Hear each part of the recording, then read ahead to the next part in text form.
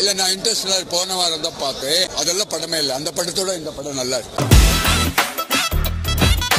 Dash dash dash hero, ஏழ்மையான parents, dash dash dash HOD, அப்புறம் கிளைமேக்ஸ்ல சக்சஸ் ஆயிட்டு ஸ்டேஜ்ல நின்று ஆத்திட்டு இருப்பான்ட்டு இந்த மீமு தான் டிராகன் ட்ரெய்லர் வந்தப்போ பயங்கர ட்ரெண்டா போயிட்டு இருந்துச்சு. ஏன் நானே கூட நிறைய பேருக்கு ஷேர் பண்ணி சிரிச்சிட்டு இருந்தேன். பட் படத்தை போய் பார்த்தா செருப்பால் அடிச்ச மாதிரி இருந்துச்சு. இந்த வீடியோவில் ஒரு சில விஷயங்களை பற்றி பேச வேண்டியது இருக்கு. படத்தை பற்றி பார்த்தோம்னா பிரதீப் ரங்கநாதன், அஸ்வத் மாரிமுத்துன்ட்டு இவங்க 2 பேரோட ஸ்டோரி டெல்லிங்லாம் லைக் கோமாளி, லவ் டுடே, ஓமை கடவுளே எல்லாம் ஒரு 20-30% ஆஃப் ராஜ்குமார் ஹீரானி ஸ்டைலில் தான் இருக்குது.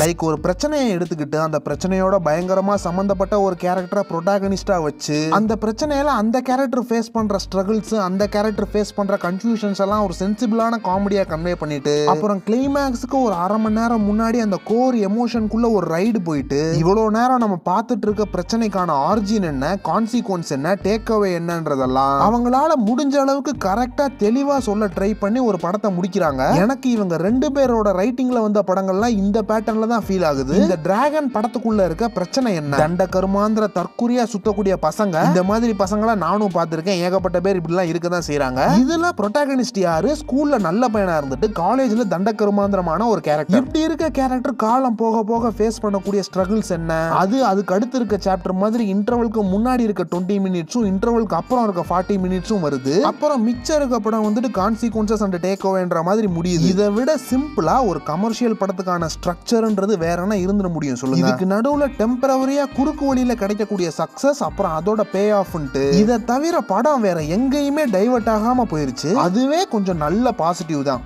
தேங்க்ஸ் பா. ஆனா இது மட்டுமே இந்த படத்தை நல்ல படமா ஆக்கிறாதுன்னு வைங்களேன். இது எல்லாத்தையும் ப்ராப்பரா அரேஞ்ச் பண்ணி எழுதிருக்காங்க. ஒரு ரைட்டர் வந்துட்டு ஒரு சீன்ல ஆடியன்ஸ் சிரிக்கணும்னு நினைச்சு எழுதுறாருன்னா அந்த சீன்ல ஆடியன்ஸ் எல்லாம் கட்டாயம் சிரிக்கிறாங்க. ஆடியன்ஸ் எல்லாம் பயங்கரமா டென்ஷன் ஆகணும், அப்படியே பிரஷரா இருக்கணும்னு நினைச்சு எழுதுறாருன்னா அந்த சீன்லயும் எல்லாரும் டென்ஷன் ஆகுறாங்க. ஆடியன்ஸ் என்ஜாய் பண்ணி செலிப்ரேட் பண்ணணும்னு நினைச்சா ஆடியன்ஸ் செலிப்ரேட் பண்றாங்க. அதே மாதிரி ஆடியன்ஸ் ஒரு சீன்ல எமோஷனல் ஆகணும்னு நினைச்சு அந்த ரைட்டர் ஒரு சீனை எழுதுறாருன்னா அந்த இடத்துல எல்லாரும் சைலண்ட் ஆகி எமோஷனல் ஆகுறாங்க.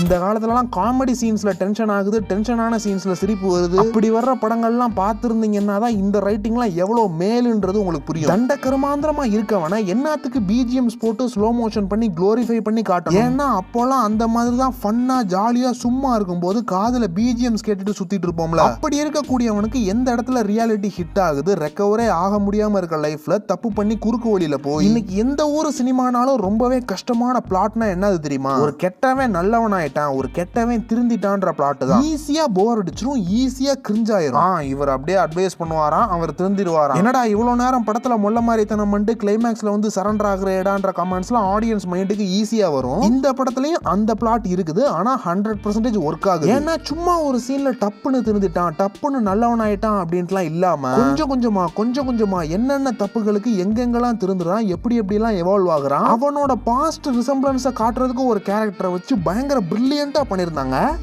ஒரு கெட்டவன் நல்லவன் ஆகுறான், அத ஆடியன்ஸ் எல்லாருமே ஏத்துக்கிறாங்க. ஏன்னா அந்த டிரான்ஸ்ஃபார்மேஷன் அவ்வளவு ஜென்யூனா இருந்துச்சு. இந்த டிரான்ஸ்ஃபார்மேஷன் தான் எனக்கு இந்த படத்துல ரொம்ப பிடிச்சிருந்த விஷயம். படம் பாக்குறப்போ என் ஃப்ரெண்டு பக்கத்துல இருந்துட்டு பிரதீப் ரங்கநாதனை பார்த்து இவன் ஒரு ஆம்பளை சாய் பல்லவிடான்னு சொல்லிட்டு இருந்தான். ஏன்னா ஒரு கேரக்டர்ல 3 டிராஸ்டிக்கான டிரான்ஸ்ஃபார்மேஷன்ஸ் இருக்குன்றத ஜஸ்ட் 2வது படத்துல மட்டுமே நடிக்கிற ஆக்டர் அவ்வளவு என்ஜாயபிளா அதை பண்றதுன்றதெல்லாம் ரொம்ப பெரிய விஷயம். காஸ்டிங் இந்த படத்தோட பயங்கர பிளஸ். மிஷ்கின்லாம் மிரட்டி இருந்தாப்ல. எங்க சினிமோட்டோகிராஃபிலாம் யூரோப்ல ஒரு சாங் வருது, அதெல்லாம் குளூர்ல நல்லா ஊர் சுத்திட்டே ஜாலியா எடுத்திருப்பாங்கன்னு நினைக்கிறேன்.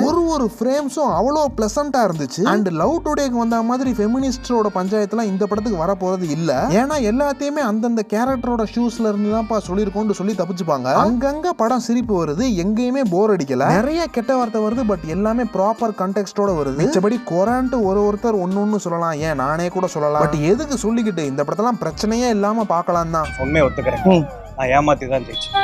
போன வருஷம் ஃபுல்லா எந்த டைரக்டர் எந்த கருத்தை சொல்லுவாரு, எந்த டைரக்டர் எந்த பெரிய ஹீரோவை காட்டி கோமாளித்தனம் பண்ண போறாரு, என்னங்கடா படம் எடுக்கிறீங்க, 90% ஆஃப் தமிழ் படங்கள் போன வருஷம் ஃபிளாப்னு சொல்றாங்க. ஏன் ப்ரோ 90% ஆஃப் தமிழ் படங்கள் ஃபிளாப்னு கேட்டா ஒரே அடியா ஆடியன்ஸை கை காட்டிடுவாங்க. மக்கள் யாரும் இப்ப தியேட்டர்ஸ்க்கு வர மாட்டாங்க, எல்லாரும் நெகட்டிவிட்டி ஸ்ப்ரெட் பண்றாங்கன்ட்டு கதை உருட்டிட்டு இருப்பாங்க. பட் இந்த டிராகன் மாதிரியான படங்கள் வர்றப்போதான் நல்ல படம் வந்தா மட்டும் போதும், ஆடியன்ஸ்லாம் தியேட்டருக்கு வரதான் போறாங்கன்றது ப்ரூவ் ஆயிட்டே இருக்குது. நீங்க படம் ரிலீஸ்க்கு அப்புறம் பிஆர்டி டீமை வச்சு படங்களை ப்ரொமோட் பண்றதை விட இல்ல ஏதாச்சும் பாலிடிக்ஸ் ஆர் கான்ட்ரோவர்சிஸ் கிரியேட் பண்ணி படத்தை ஓட வைக்கிறத விட ஃபேன்ஸ் சண்டையெல்லாம் உருவாக்கி படத்தை ஓட வைக்கிறத விட கொஞ்சம் கஷ்டப்பட்டு உட்கார்ந்து நல்ல ஸ்கிரீன் பிளே பண்ணி படத்தை ஓட வைக்கிறது ஈஸி. அதை நீங்க பண்ணிட்டீங்கன்னா எங்களுக்கு எந்த ஒரு பிரச்சனையுமே இருக்காது. ஏன்னா படத்துக்கு டிக்கெட் எடுத்துட்டு அந்த கன்றாவியை உட்கார்ந்து தியேட்டர்ல வேற கஷ்டப்பட்டு பார்த்து முடிச்சுட்டு வெளியே வந்தாலும் நிம்மதியா இருக்க முடியாது. ஏன்னா நல்லா இல்லன்னு சொன்னா எவன் சண்டைக்கு வருவான், நல்லா இருக்குன்னு சொன்னா எவன் சண்டைக்கு வருவான். ஹேராம் பத்தி வீடியோ போட்டதுக்கு நீ என்ன டிஎம்கே சைடான்னு கேக்குறானுங்க.